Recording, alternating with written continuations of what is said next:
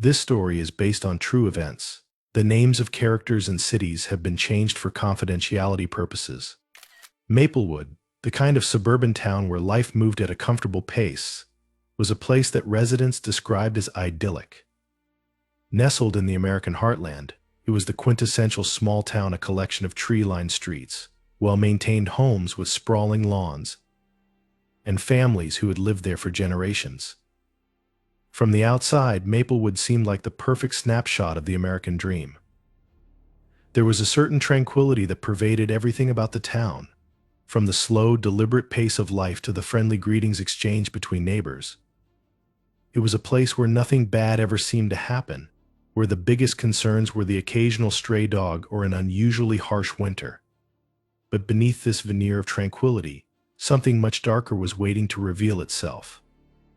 At the heart of the community was Little Angel's Nursery, a local daycare center that served as both a lifeline and a symbol of trust for the parents of Maplewood. The nursery was small, but it was brightly colored and welcoming, with cheerful murals of animals and children adorning the walls. The playground out front was filled with well-worn slides and swings, toys scattered around like remnants of joyful afternoons spent by toddlers. It had been a fixture in the community for decades, and many of the parents dropping off their own children had once been cared for by the same staff. The nursery wasn't just a place for childcare, it was woven into the fabric of Maplewood's identity, a place where trust was implicit and where parents knew that their children would be safe. The caregivers at Little Angel's Nursery were beloved in the town, known for their kindness and dedication. Miss Linda, the head caregiver, had been with the nursery for over 20 years. She was a woman with a warm smile and seemingly boundless patience, and she knew each child and family by name. Her team of assistants was equally dedicated, and they took pride in creating an environment that was nurturing and safe. The children adored the caregivers, and parents had no reason to suspect that anything could ever go wrong in such capable hands. One of the families living in the town was the Connors. They were an average family by all accounts, living in a modest but comfortable home not far from the nursery. They had moved to Maplewood several years prior, seeking the quiet life that the town offered. With two working parents, the Connors had come to rely on Little Angel's Nursery to take care of their youngest daughter, a toddler, while they went about their daily routines. Like most of the families in Maplewood, the Connors felt at ease leaving their child in the care of the nursery.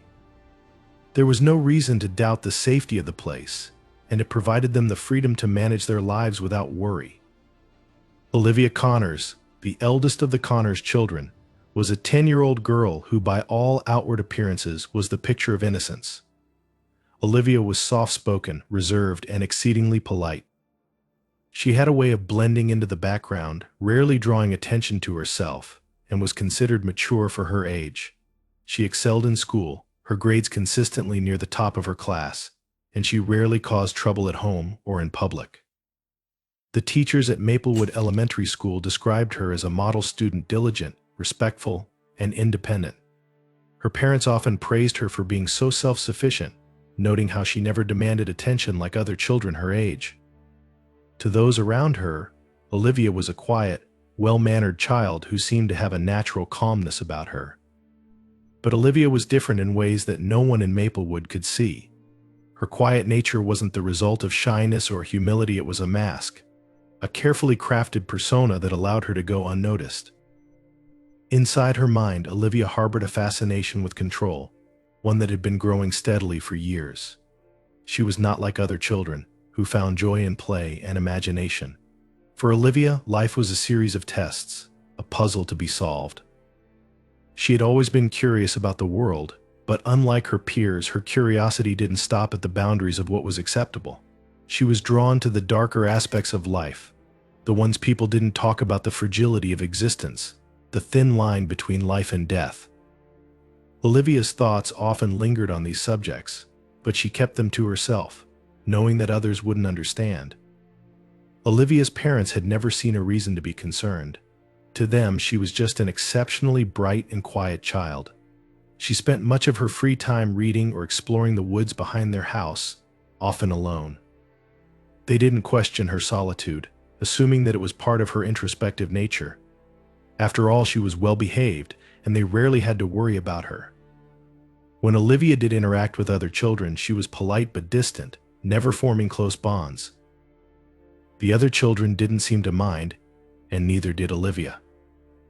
Friendships were unnecessary distractions from the things that truly fascinated her.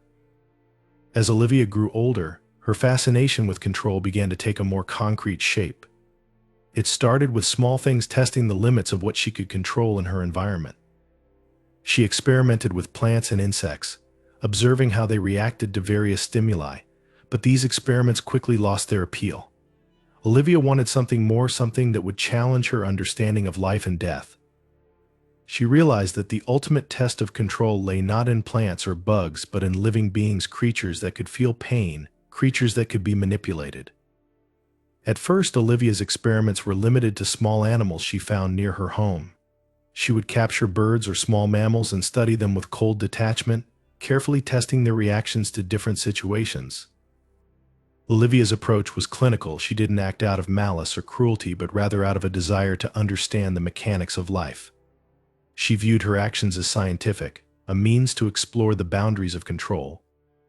The animals she manipulated were nothing more than subjects, pieces in a larger puzzle that Olivia was trying to solve.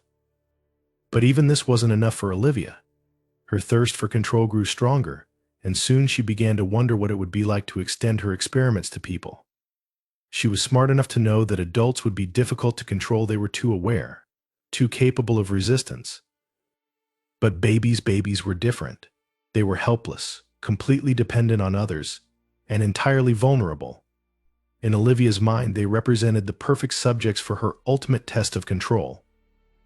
It was around this time that Olivia began visiting little Angel's nursery more frequently. The caregivers, particularly Miss Linda, had always been fond of her, and they welcomed her help around the nursery. Olivia's little sister was one of the infants cared for there, and Olivia often used this as an excuse to visit. She was trusted implicitly by the staff, who saw her as a responsible older sibling taking an interest in helping out. No one suspected that Olivia had a much darker reason for wanting to spend time in the nursery. As Olivia watched the infants at Little Angels, she began to form a plan. She had spent months observing their routines, noting when the caregivers were most distracted or busy. She learned the layout of the nursery, where everything was stored, and how she could move around without drawing attention. Her mind buzzed with the possibilities, and soon she began to gather the materials she would need for her experiment. Olivia's plan was simple, but it required precision. She knew that she couldn't act impulsively. Everything had to be carefully calculated. Her method was cold and clinical. She decided to use a substance that would mimic natural causes of death, ensuring that the infants' deaths would appear sudden and unexplained. She researched poisons, learning how to obtain them without arousing suspicion, and when she felt confident in her plan, she put it into motion. Over the course of several weeks, Olivia carried out her experiment. Each time she visited the nursery, she found an opportunity to slip the poison into one of the baby's bottles. She did this with the same detached curiosity that had marked her earlier experiments, carefully observing the effects and ensuring that there were no signs of foul play. The deaths were sudden, seemingly without cause, and the community of Maplewood was plunged into grief. The first infant's death was written off as a tragic accident. It was heartbreaking, but no one suspected foul play. When the second baby died, people began to whisper, but still, the deaths were attributed to sudden illness. It wasn't until the third infant passed away that the town began to realize that something was terribly wrong. The deaths continued, and by the time the sixth infant had died, the entire community was in a state of panic. The authorities were called in to investigate, but they were at a loss. There were no signs of violence or abuse, no evidence that pointed to a cause of death.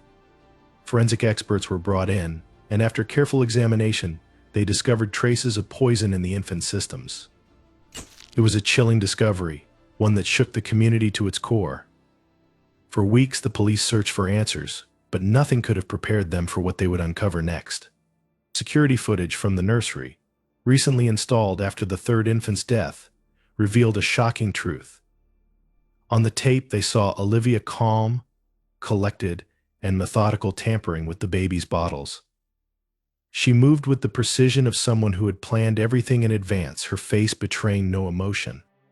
The footage was undeniable, and when the police confronted Olivia, she didn't resist. She simply explained that she had done it to see what would happen, as if her actions were nothing more than a twisted experiment. Maplewood would never be the same after the truth about Olivia came to light. The community, once defined by its peace and tranquility, was shattered by the realization that such darkness had been lurking in their midst all along. The town, once so sure of its safety, was now haunted by the knowledge that evil can wear the face of a child. Olivia Connors had always been different, though in ways that were almost impossible to detect for the people around her. From the moment she was born, she stood apart from other children, though her differences were subtle enough that they often went unnoticed or were mistaken for quirks of her personality. She wasn't a loud or troublesome child, quite the opposite. Olivia was quiet, polite, and seemingly well-adjusted. But while most children found joy in play, imagination, or forming friendships, Olivia's mind was wired to seek something far more complex. From an early age, she became fascinated by the concept of control, particularly the control of life itself. As a toddler, Olivia displayed behaviors that could be dismissed as curiosity. She was never content to simply accept the world as it was presented to her. Instead, she questioned everything around her. Why did plants grow the way they did? How did animals move? What made things live and what made them die? These questions, which often made her parents chuckle with pride at their daughter's apparent intellectual inquisitiveness, were not simply childish wonderings for Olivia.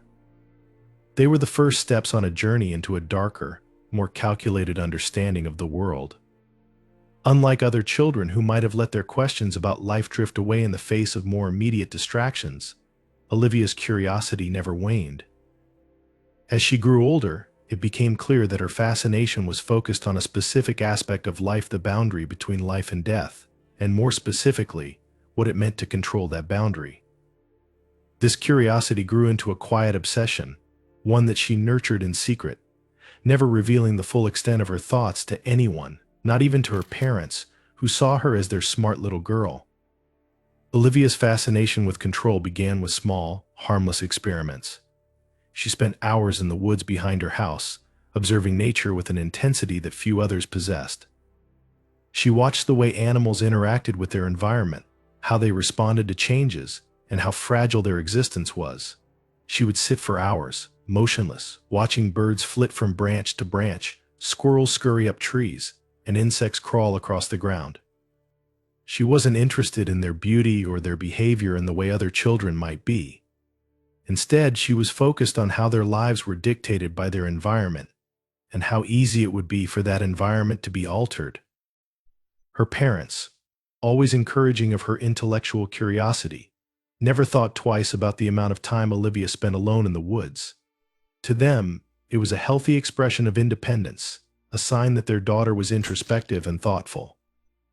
They had no idea that as Olivia sat in the quiet shade of the trees, her thoughts were not about the wonders of nature but about the control she could exert over it. It wasn't long before Olivia began to experiment with this control. At first, her tests were small and seemingly insignificant. She would catch insects, ants, beetles, or spiders and place them in small, controlled environments she created using bits of dirt and leaves. She would watch how they reacted to changes in their surroundings, such as being placed in a confined space or having their food sources altered. These experiments, though innocuous on the surface, were Olivia's way of understanding how life could be manipulated. She wasn't just observing, she was actively controlling the conditions of these small creatures' lives, and in doing so, she began to understand the power she held over them.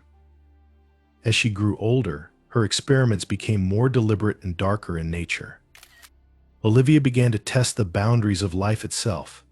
She no longer contented herself with observing how creatures behaved in different environments. She wanted to see what happened when life was pushed to its limits. She captured small animals, frogs, birds, or mice, and subjected them to her experiments. She tested how long they could survive without food or water, how they reacted to different forms of restraint, and ultimately what happened when they were deprived of life altogether. These were not acts of cruelty in Olivia's mind. She didn't see herself as a tormentor. Rather, she saw herself as a scientist, exploring the very limits of existence. What made Olivia different from other children who might have gone through a phase of morbid curiosity was her complete lack of emotional attachment to her experiments. She felt no empathy for the creatures whose lives she manipulated. To her, they were subjects, not beings with feelings or worth. She detached herself from the consequences of her actions, viewing them through the cold lens of someone seeking knowledge rather than someone inflicting harm. This detachment allowed her to continue her experiments without hesitation or guilt, and as time went on, her need for control grew stronger. In the eyes of her parents and teachers, Olivia remained the same quiet, intelligent child. She performed well in school, rarely caused any trouble, and was often praised for her maturity. But beneath this facade, her inner world was dominated by her need to explore the limits of control. Her thoughts were consumed by the idea of life and death, and how thin the line between the two truly was. She became fixated on the notion that life was fragile, that with the right knowledge and the right tools it could be manipulated, controlled, and extinguished. This idea thrilled her, not in the way a sadist might be thrilled by the pain of others, but in the way a scientist might be thrilled by the discovery of a new truth. Olivia's experiments continued in secret, growing more complex as she gained a deeper understanding of how life could be controlled. She became more methodical, more calculating. She no longer acted on impulse, instead planning her experiments with the precision of someone conducting a formal study. She kept meticulous mental notes of her findings, refining her methods and eliminating variables that might interfere with the outcomes she sought. Each experiment was a step closer to mastering the control she craved, a step closer to proving to herself that she had the power to dictate life and death. But as Olivia's need for control grew, so did the scale of her experiments. Small animals no longer provided the challenge she sought. She had learned all she could from them, and now she wanted to test her theories on something more complex, more significant. It was during this time that her thoughts began to turn toward human life. She didn't see people the way others did. To Olivia, humans were just another part of the natural world, subject to the same laws and limits as the animals she had studied. And if animals could be controlled, why couldn't people? She knew that she couldn't experiment on adults. They were too aware, too capable of resistance. They had wills of their own and could fight back if they sensed something was wrong. But babies were different. They were completely dependent on others, helpless in every way.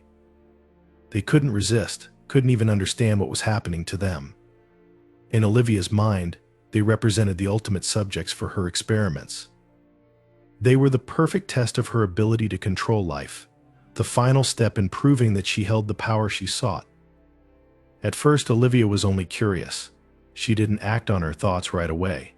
Instead, she began to observe babies more closely, noting how vulnerable they were, how easily their lives could be affected by even the smallest changes. Her fascination grew with each passing day, and soon she couldn't stop thinking about what it would be like to exert the same control over a human life that she had over the animals in the woods. The opportunity came when her parents began taking her younger sister to Little Angel's Nursery, the local daycare in Maplewood. Olivia had often accompanied her mother to drop off her sister, and the caregivers at the nursery quickly grew fond of her. She was well-behaved, responsible, and seemed genuinely interested in helping out with the younger children. It wasn't long before the staff began allowing Olivia to spend time at the nursery, helping with simple tasks like handing out toys or keeping the babies entertained. They saw her as a sweet, responsible older sister, and never once did they suspect that her motivations for spending time there were anything but innocent. But for Olivia, the nursery was a goldmine of opportunity. Here she had access to the very subjects she had been thinking about: vulnerable, defenseless infants, completely reliant on the adults around them for their survival. She began to spend more and more time at the nursery, observing the babies, learning their routines, and watching how the caregivers interacted with them. She took mental notes, just as she had done with the animals in the woods, cataloging every detail that might help her in her experiments. The idea of testing her control over the infants grew stronger with each passing day, until it became all-consuming. She began to form a plan, one that was as methodical and calculated as any of her previous experiments. She would wait for the right moment, the perfect opportunity when the caregivers were distracted, and she would act. Her method, she decided, would be poison something that could be administered without detection, something that would mimic natural causes of death. Olivia was careful in her research, learning how to obtain the substances she needed without raising suspicion. She practiced her method, refining it until she was confident that there would be no mistakes. And when she was ready, she began her experiment. Over the course of several weeks, Olivia carried out her plan with chilling precision. She would visit the nursery, helping out as usual, and when the moment was right, she would slip the poison into one of the baby's bottles.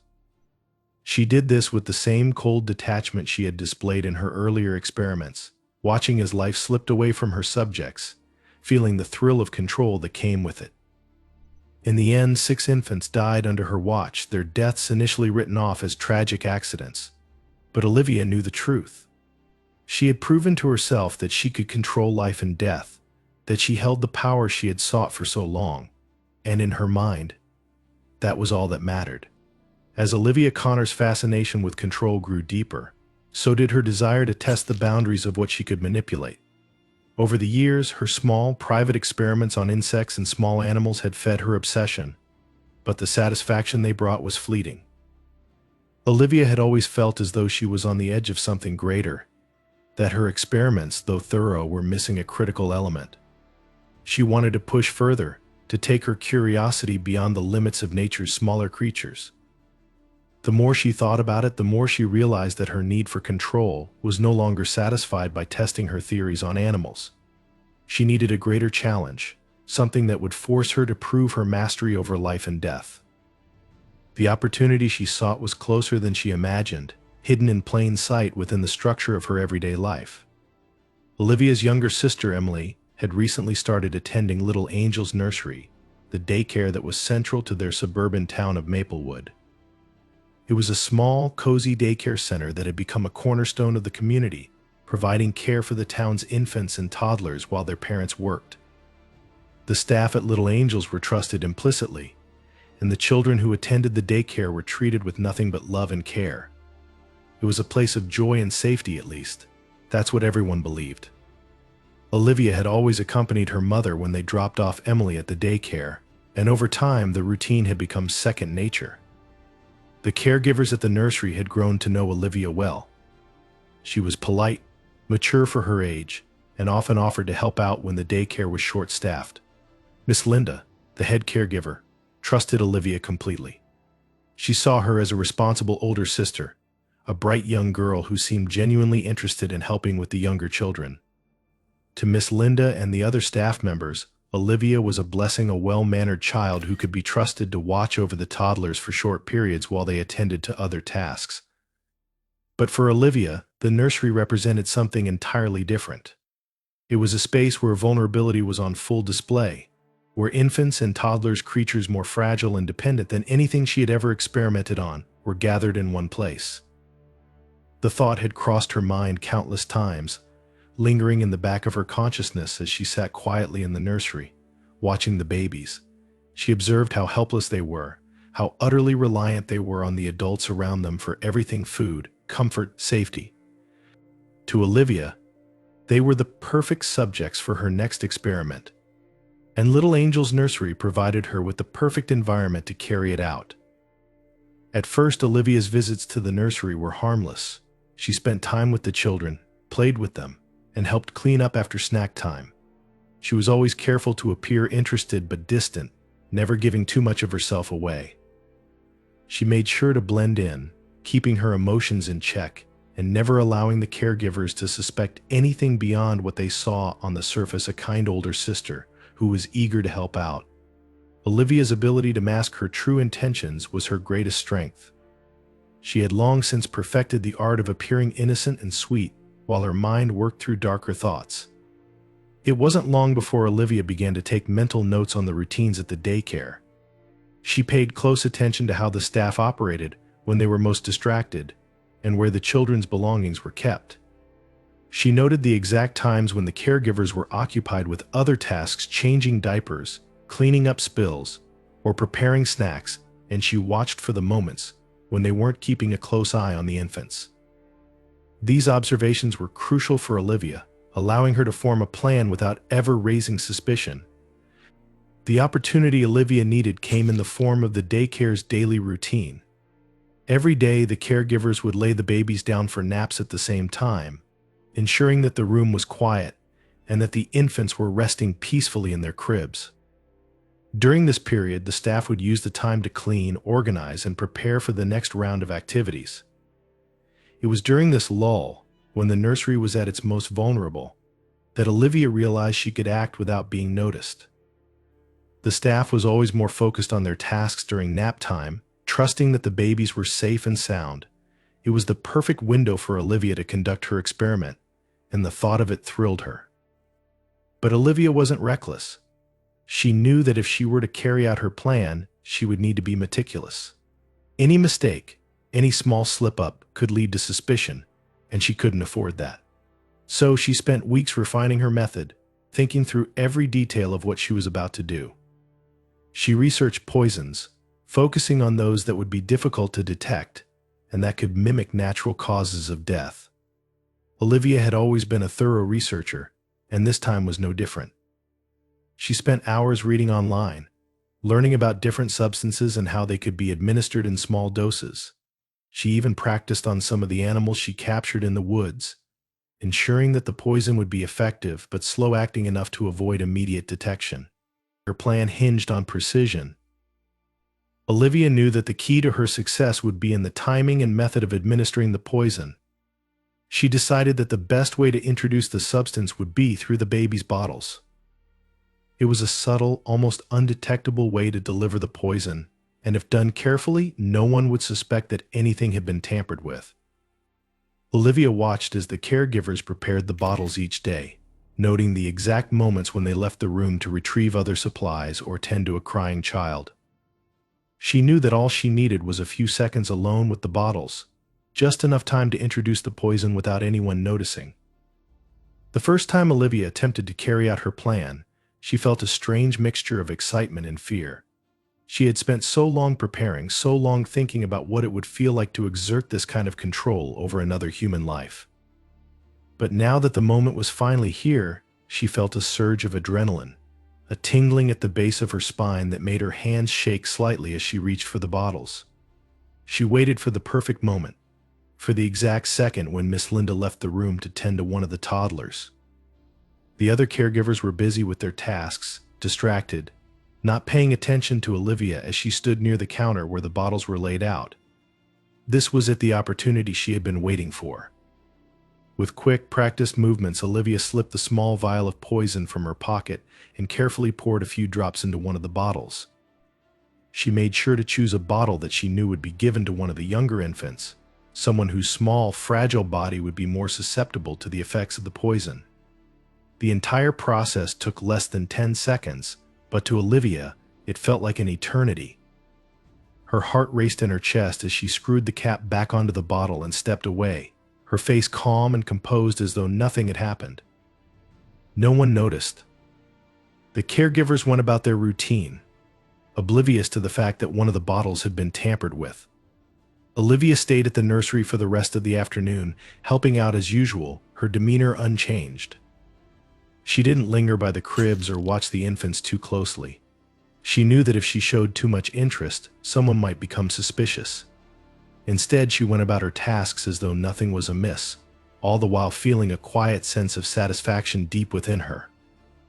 The next morning, news spread quickly through Maplewood that one of the infants at Little Angel's nursery had died suddenly during the night. The cause of death was unknown, and the entire town was devastated. Parents were heartbroken, and the caregivers were beside themselves with grief, unable to comprehend how such a tragedy could have occurred. The town mourned together, and Olivia watched from the sidelines, her face a mask of sympathy, her eyes reflecting the sadness of those around her. But inside, she felt nothing. The death was attributed to sudden infant death syndrome (SIDS), a tragic but natural occurrence that often strikes without warning. No one suspected foul play. The caregivers at the nursery were heartbroken, but they were reassured by the fact that nothing could have been done to prevent the baby's death. Life in Maplewood continued, albeit with a cloud of sadness hanging over the town. But for Olivia, the success of her experiment only fueled her desire for more. She had proven to herself that she could control life and death, that she could carry out her plan without anyone suspecting her involvement. And with the knowledge that no one had discovered the truth, Olivia's sense of power grew. She had tasted control, and now she wanted more. In the weeks that followed, Olivia repeated her experiment, each time with the same precision and detachment. She introduced the poison into the bottles during nap time, ensuring that she was never seen or caught. Each time a baby died, the town mourned, and the deaths were chalked up to unfortunate, unexplainable tragedies. No one suspected that a 10-year-old girl, seemingly innocent and kind, could be responsible for the deaths of 6 infants at Little Angel's Nursery. Olivia's plan had worked flawlessly, and the perfect opportunity she had been waiting for had allowed her to carry out her darkest desires without consequence. For Olivia, the nursery had become more than just a daycare. It was her laboratory, a place where she could experiment with life and death in ways that no one could ever have imagined. And as she stood in the midst of the grieving town, watching as parents wept for their lost children, Olivia felt a deep sense of satisfaction.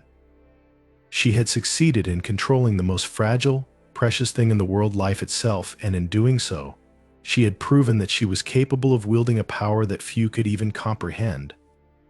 The method Olivia Connors devised to carry out her darkest desires was as meticulous and calculated as her growing obsession with control. She had spent months preparing for this, refining each step of her plan with the precision of a scientist conducting an experiment.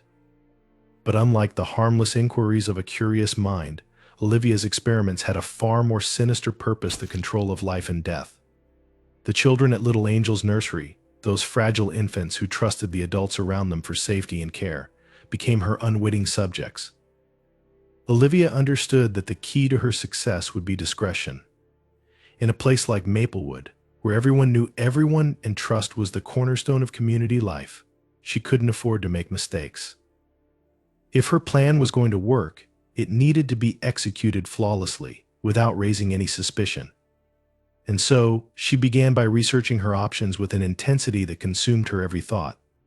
She needed to find a way to administer the poison in a way that would mimic natural causes of death, something that could be easily overlooked, especially in the vulnerable bodies of infants. Her first challenge was choosing the right poison.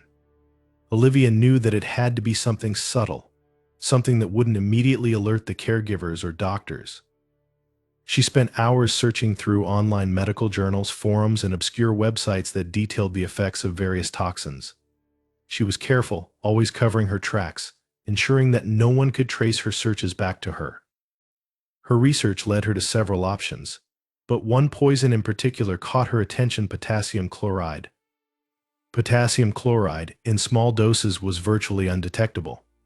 It was a naturally occurring chemical in the human body, often used in medical treatments, but in larger quantities, it could cause cardiac arrest by disrupting the electrical impulses that control the heart.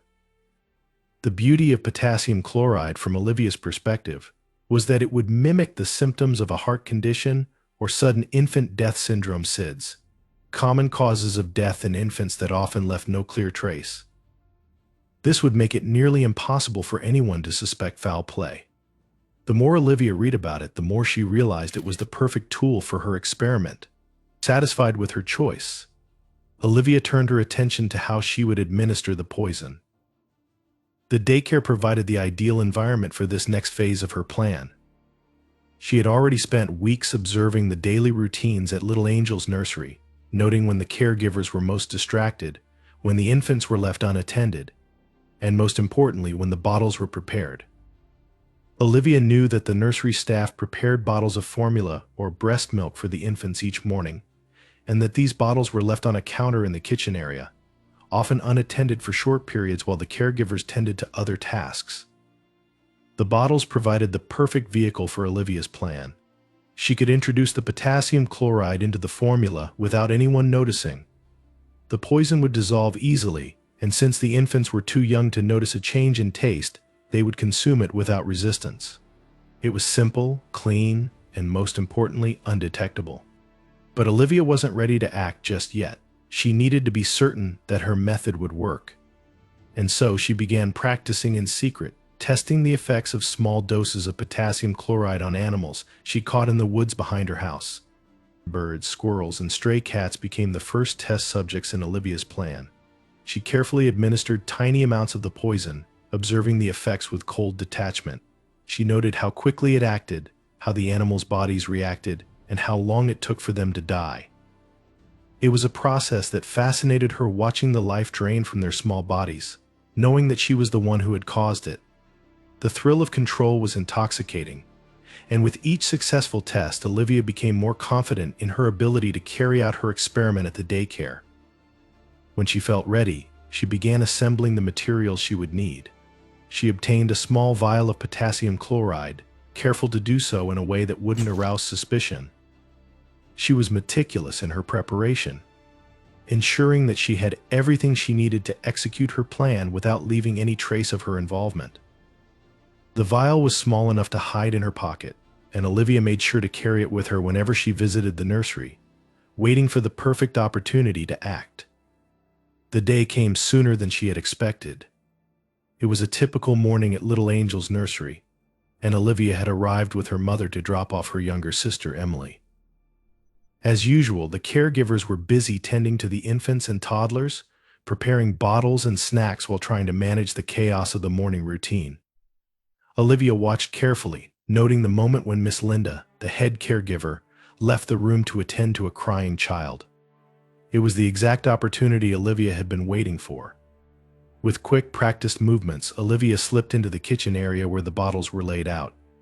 She reached into her pocket and pulled out the vial of potassium chloride, her heart pounding in her chest but her hands steady. She unscrewed the cap of one of the bottles and carefully poured a few drops of the poison into the formula. It was a small amount, just enough to induce cardiac arrest without causing any immediate symptoms. Olivia replaced the cap, shook the bottle gently to mix the poison, and placed it back on the counter as though nothing had happened. The entire process took less than 30 seconds, but to Olivia, it felt like an eternity. Her mind raced with excitement and anticipation, but her face remained calm and composed. No one had seen her. The caregivers were still busy, distracted by the children, and the other infants were blissfully unaware of the danger that now lay in one of the bottles. Later that day, Olivia watched from a distance as one of the caregivers fed the poison bottle to an infant named Sophie, a 6-month-old baby with bright blue eyes and soft blonde curls. Sophie drank the formula without hesitation, her tiny hands grasping the bottle as she suckled contentedly. Olivia's heart raced as she watched, knowing what was about to happen. She felt a strange mix of detachment and exhilaration, a thrill that came from knowing that she had complete control over the situation. It didn't take long for the poison to take effect. Within an hour, Sophie began to show signs of distress. She became fussy, her breathing irregular, and her skin turned pale. The caregivers, concerned but not alarmed, tried to soothe her, thinking she might be colicky or coming down with a fever. But as the minutes passed, Sophie's condition worsened. Her body stiffened, her eyes fluttered, and her tiny chest heaved as her heart struggled to keep beating. By the time the caregivers realized that something was seriously wrong, it was too late. Sophie had gone limp in Miss Linda's arms, her body unresponsive. Panic set in as the caregivers called for an ambulance, but Olivia knew it wouldn't matter. The potassium chloride had done its job, and Sophie's heart had stopped. The paramedics arrived quickly, but despite their efforts to resuscitate her, Sophie was pronounced dead at the scene. The cause of death was attributed to sudden infant death syndrome (SIDS), a tragic but not uncommon occurrence in infants. The town of Maplewood was devastated by Sophie's death. Her parents were inconsolable, and the staff at Little Angel's nursery was racked with guilt. How could this have happened? They asked themselves over and over. There had been no warning signs, no indication that anything was wrong. Sophie had been healthy, happy, and thriving just hours before. The doctors reassured the grieving parents that SIDS was a cruel and unpredictable phenomenon, a tragedy that no one could have foreseen or prevented. For Olivia, The success of her plan was exhilarating. She had proven to herself that she could manipulate life and death with ease, that she could carry out her experiment without anyone suspecting her involvement. She felt a sense of power that she had never experienced before, a power that came from knowing that she had controlled the outcome, that she had decided who lived and who died, and no one had even considered the possibility that she was responsible. In the weeks that followed, Olivia repeated her method with chilling precision. Each time, she chose a different infant, careful not to draw attention to any patterns. She varied the dosage slightly, testing the limits of the poison's effects, but always ensuring that the deaths would be attributed to natural causes. One by one, the infants at Little Angel's nursery fell victim to her experiment, their deaths shrouded in grief and mystery. The community of Maplewood was in shock. 6 infants had died in the span of a few weeks, each one a heartbreaking loss for the families and caregivers who had loved them. The town was gripped by fear and sadness, with parents questioning whether they could trust the daycare that had once been a pillar of their community. But despite the growing sense of unease, no one suspected that the deaths were anything but tragic accidents. The doctors, baffled by the sudden string of deaths, could offer no explanation beyond the possibility of a rare genetic disorder or an unfortunate coincidence. Olivia watched as the town mourned, her face a mask of sympathy and sadness. She attended the funerals with her family, offering condolences to the grieving parents, all the while knowing that she was the one responsible. The thrill of her success was intoxicating, but Olivia was careful not to show it. She knew that as long as she remained calm, as long as she maintained her facade of innocence, no one would ever suspect her. The method had worked flawlessly. Olivia had carried out her experiment without detection, proving to herself that she had the power to control life and death with the precision of a surgeon. And in doing so, she had turned the idyllic town of Maplewood into a place of grief and loss, a community haunted by the deaths of its most vulnerable members. But for Olivia, it was only the beginning. The deaths of 6 infants at Little Angel's nursery were a tragedy that shook the small town of Maplewood to its core. At first, the town reeled in grief, with each loss compounding the sorrow that seemed to hang over the community like a dark cloud. Parents were heartbroken, caregivers were devastated, and the entire town felt as though it had been struck by an unrelenting wave of loss. How could so many children, all healthy and full of life, suddenly die within such a short period? It was a question that no one could answer, and the helplessness of it all made the grief that much harder to bear. At first, the authorities saw no reason to suspect anything other than natural causes.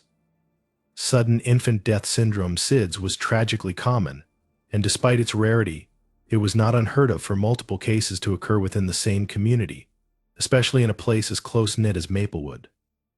The caregivers at Little Angel's nursery were beyond reproach. They were kind, loving, and trusted by every parent who left their child in their care. There was no indication of negligence or foul play, and the town's doctors, while deeply concerned, found no evidence of a pattern beyond the heartbreaking randomness of infant mortality. The first infant, Sophie, had been declared a victim of SIDS, and while the loss was devastating for her family, no one had thought to question the official diagnosis. SIDS was a well-documented phenomenon, and the tragedy was treated as just that, a tragedy. The death of the second child, however, raised some quiet murmurs of concern among the townsfolk.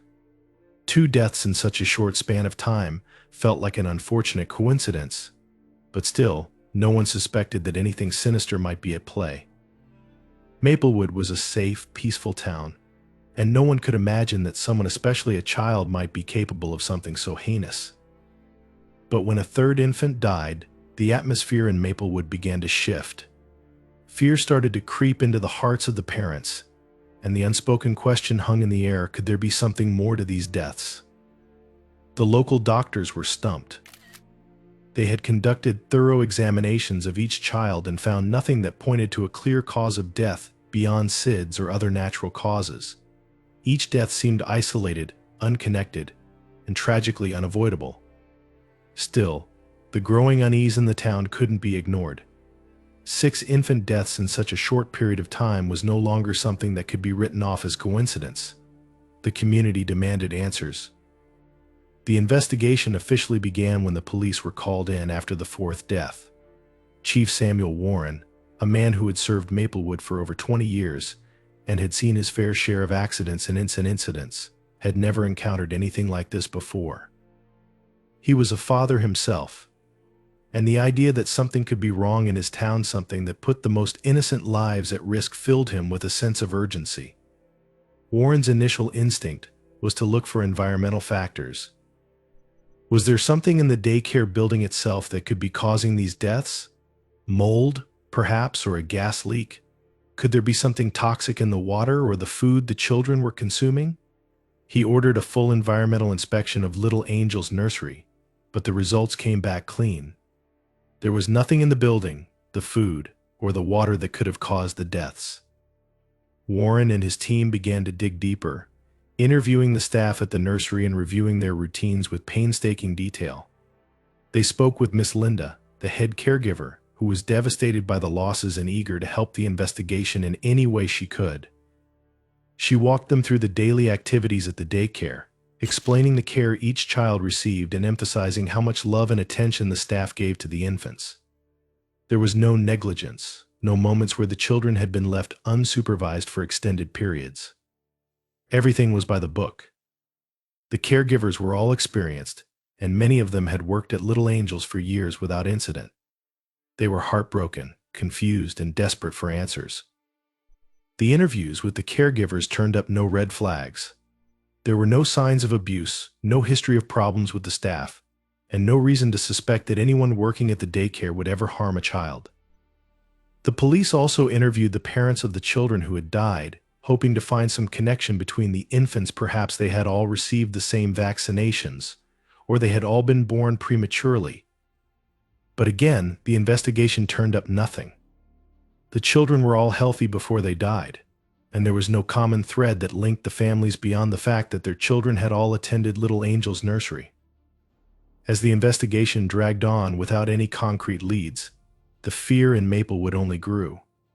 Parents were terrified to send their children to the nursery, and many pulled their infants out of daycare altogether, opting to stay home or find alternative care. The once trusting community was now gripped by paranoia. Rumors began to swirl, fueled by the lack of answers. Some whispered that the deaths were the result of a curse, while others speculated that an unseen illness was spreading through the town, targeting only the youngest and most vulnerable. The atmosphere in Maplewood had shifted from one of grief to one of suspicion, and people began to look for anyone to blame. In response to the mounting pressure from the community, the police decided to escalate the investigation. They brought in a team of forensic specialists from the state, experts in infant mortality and toxicology, to take a closer look at the evidence. These specialists were tasked with conducting a more thorough examination of the bodies and reviewing the autopsy reports with fresh eyes. If there was something that had been missed, the specialists would find it. It was during this phase of the investigation that the first real break came. One of the forensic pathologists, Dr. Elaine Carter, noticed something unusual in the autopsy reports. While the cause of death for each infant had initially been listed as SIDS or natural causes, she detected a subtle pattern that had gone unnoticed in the previous examinations. In each case, there were slight irregularities in the levels of potassium in the infant's blood. The levels weren't alarmingly high, just enough to be outside the normal range, but they were consistent across all 6 cases. Dr. Carter's discovery sent shockwaves through the investigative team. Potassium imbalances were not typically associated with SIDS, and the fact that all 6 infants had shown the same irregularity suggested that their deaths might not have been natural after all. Potassium chloride, a substance commonly used in medical settings, and more disturbingly in lethal injections, was known to cause heart failure in high doses by disrupting the electrical signals in the heart. Could it be that someone had deliberately administered potassium chloride to these infants? With this new information in hand, the investigation took a darker turn. The police now had to consider the possibility that the deaths were not the result of a medical condition or environmental factors, but of something far more sinister: poisoning. The idea that someone had intentionally harmed these babies was almost too horrifying to comprehend, but the evidence was beginning to point in that direction. The forensic team immediately began searching for any trace of potassium chloride in the daycare. They tested the water, the food, the formula, and anything else that the children might have come into contact with, but again, they found nothing. Whoever had administered the poison had done so in a way that left no obvious trace, and that realization only deepened the investigators' fear. If someone had poisoned these infants, how had they done it? And more importantly, why? The police now turned their attention back to the people who had access to the daycare. They reviewed the staff members again, looking for anything suspicious in their backgrounds, but found no history of criminal behavior or mental illness that might suggest a motive for murder. The caregivers were devastated by the investigation's new direction. They had loved these children like their own, and the idea that someone could have poisoned them felt like a personal betrayal. They were fully cooperative, but the investigation found no evidence that any of the staff had been involved in the deaths. The police began to widen their scope, considering the possibility that an outsider might have gained access to the daycare. They reviewed security footage from the building, hoping to spot someone suspicious entering or leaving the nursery during the times the infants had been poisoned. But what they found on the tapes was even more disturbing. The footage showed a familiar face, Olivia Connors, the quiet, well-behaved 10-year-old girl who often helped out at the nursery while her younger sister attended daycare. Olivia had always been a welcome presence at Little Angel's nursery. She was responsible, polite, and seemed genuinely interested in helping care for the babies. No one had ever questioned her motives after all. She was just a child. But as the investigators watched the footage more closely, they began to notice something unsettling. On several occasions, Olivia could be seen approaching the bottles of formula that had been prepared for the infants. She moved quickly, her actions seemingly innocent, but the footage showed her unscrewing the caps of the bottles and handling them in ways that raised suspicion. At first glance, it looked as though she was simply helping out, perhaps shaking the bottles or checking them for spills. But with the new knowledge of potassium chloride's involvement, the investigators began to see these actions in a much darker light. The police were reluctant to believe that a child could be responsible for such heinous acts, but the evidence was mounting. They reviewed more footage, looking for patterns, and found that on the days leading up to each infant's death, Olivia had been present and had interacted with the bottles in a similar manner. Her timing was impeccable. She acted when the caregivers were distracted or out of the room, never drawing attention to herself, never staying too long. The investigators couldn't believe what they were seeing. Could it really be that this 10-year-old girl had been responsible for the deaths of 6 infants? With this evidence in hand, the police made the difficult decision to confront Olivia and her family. They approached the Connors home with caution, fully aware of the gravity of the situation. When they questioned Olivia, she was calm, almost eerily so. She didn't deny having been near the bottles, nor did she attempt to explain her actions. Instead, she remained quiet, her expression unreadable. It wasn't until they asked her directly about the potassium chloride that she finally spoke. "It was just an experiment," she said, her voice flat and emotionless. The investigators were stunned. Olivia showed no remorse, no fear, and no understanding of the devastation she had caused. To her, it was all a test, a way to explore the boundaries of control. She had watched the infants die without a flicker of guilt or hesitation, viewing their deaths as little more than a scientific result. The town of Maplewood would never be the same after Olivia's confession. The community, once trusting and close-knit, was shattered by the revelation that a child someone they had welcomed into their homes and lives had been responsible for such unimaginable horror. Parents were left questioning everything they had once believed about safety, innocence, and the nature of evil. Little Angel's Nursery, once a place of joy and love, became a haunted memory, forever marked by the darkness that had unfolded within its walls. The investigation had finally uncovered the truth, but it was a truth that no one could bear to face. The revelation that Olivia Connors, a 10-year-old girl from a seemingly perfect family, was responsible for the deaths of 6 infants at Little Angel's Nursery sent shockwaves through the town of Maplewood. The small, peaceful community had been grappling with grief, confusion, and fear as they watched tragedy after tragedy unfold, never once suspecting that the hand behind it all belonged to a child. When Olivia's confession came to light that she had killed the infants as part of what she chillingly referred to as an experiment, the town was thrown into a state of disbelief, horror, and deep, collective mourning. The immediate aftermath of the investigation left Maplewood in ruins, emotionally speaking. The quiet town that had once been a sanctuary of trust, where neighbors left their doors unlocked and children played freely in the streets, was now fractured by suspicion and trauma. The news of Olivia's arrest spread like wildfire, igniting anger, fear, and confusion in the hearts of the town's residents. How could something so evil emerge from someone so young? What had driven Olivia, a child from a loving family, to commit such horrific acts? And most haunting of all, could it have been prevented? The funerals of the 6 infants, already heart-wrenching ceremonies held over the course of several weeks, took on a darker significance in the wake of Olivia's confession. What had once been viewed as tragic accidents were now understood as deliberate murders. The parents of the victims were inconsolable, grappling not only with the loss of their children but with the horrifying reality that their babies had been killed by someone they had once trusted, a child who had stood among them, who had played alongside their own children at the daycare. The grief that enveloped Maplewood was suffocating.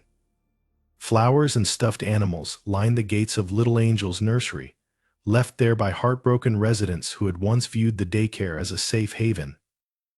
Now the building stood empty, its cheerful murals and colorful playground transformed into a haunting reminder of what had transpired within its walls.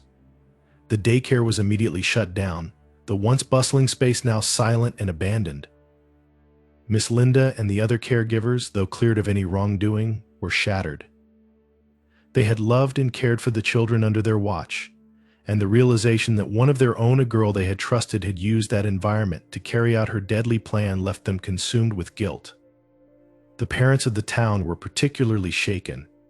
In a community where everyone knew each other, trust had been implicit. But now that trust was irreparably broken. Conversations about safety, about parenting, and about the nature of evil dominated every gathering, every whispered conversation on the street, and every sermon at church.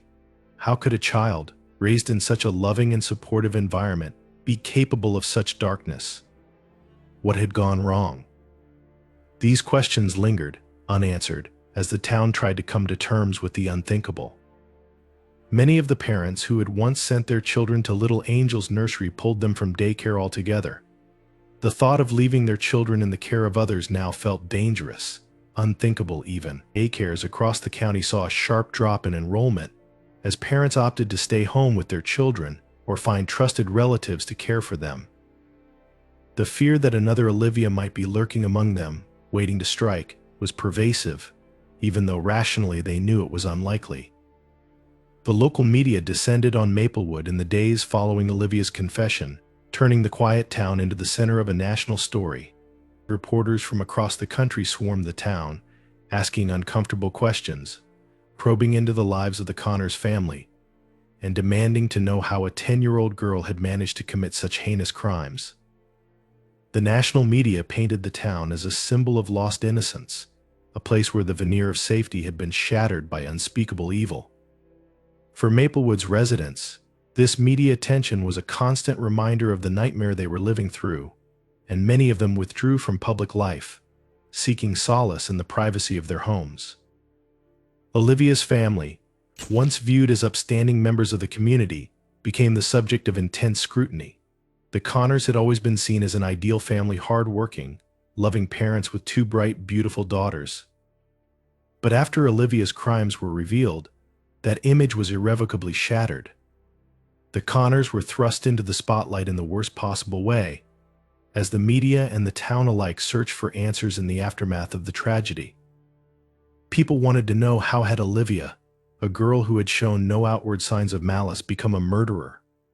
Was there something in her upbringing that had caused this? Could her parents have done something to prevent it? The Connors themselves were blindsided by the revelations. Olivia's parents, Michael and Sarah, were devastated beyond words. In their eyes, Olivia had always been a bright, thoughtful, and somewhat quiet child, but never had they imagined that she was capable of something so monstrous. They had loved her deeply, cared for her as any parent would, and the idea that she had been harboring such dark thoughts right under their noses was a burden they would carry for the rest of their lives. The Connors immediately withdrew from public life, shutting themselves off from the world as they tried to make sense of what had happened. Michael and Sarah faced the unbearable guilt of wondering whether they had missed signs, whether there was something they could have done to prevent this. They became targets of the community's anger and confusion, despite the fact that they, too, were victims of Olivia's actions. People whispered about them in grocery stores, speculated about their parenting, and some even openly accused them of negligence. The weight of their daughter's crimes was a burden they could not escape. Olivia's younger sister Emily was also affected in ways that would shape her life forever. Though she was too young to fully comprehend the scope of what had happened, she could sense the change in her family and in the town around her. Her once carefree life was now marked by the constant presence of reporters outside her home, by the cold stares from neighbors who no longer knew how to interact with her. Emily's life would never be the same, and as she grew older, she would come to understand the full weight of her sister's actions and the legacy they had left behind.